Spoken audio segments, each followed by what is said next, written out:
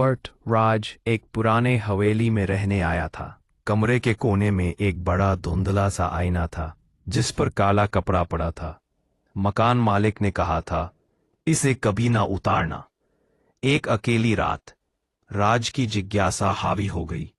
उसने कपड़ा हटा दिया। शीशे में उसकी परछाई तो थी, लेकिन उसके पीछे कुछ और था। एक पीलापन लिए चेहरा, गहरी खाली आंखें, उसके कंधे के ठीक पीछे खड़ा। राज के हिलते ही वह भी हिला, पर राज को पीछ पीछे कोई महसूस नहीं हुआ। डर के मारे उसने कपड़ा वापस ढक दिया।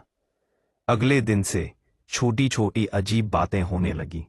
पानी के गिलास खिसक जाते, बिना हवा के पर्दे हिलते, और हमेशा यह एहसास, कोई उसे देख रहा है। एक रात नींद में उसे लगा कोई उसके कान में फुसफुसा रहा है, तुमने मुझे देख लिया, अब मैं तुम्हारे साथ रहूंगा। राज ने आईना बेचने का फैसला किया।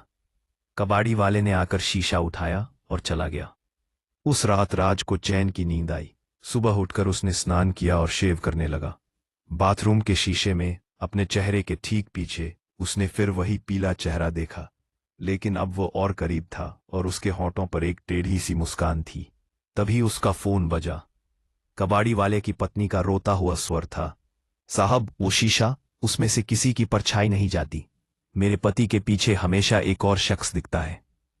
राज ने धीरे धीरे फोन नीचे रखा और शीशे में अपनी परछाई के पीछे देखा। वह अब इतना करीब आ चुका था कि उसकी सांस राज की गर्दन को छू रही थी। और तभी शीशे में राज की अपनी मुस्कान भी धीरे धीरे उसी तरह टेढ़ी होने लगी।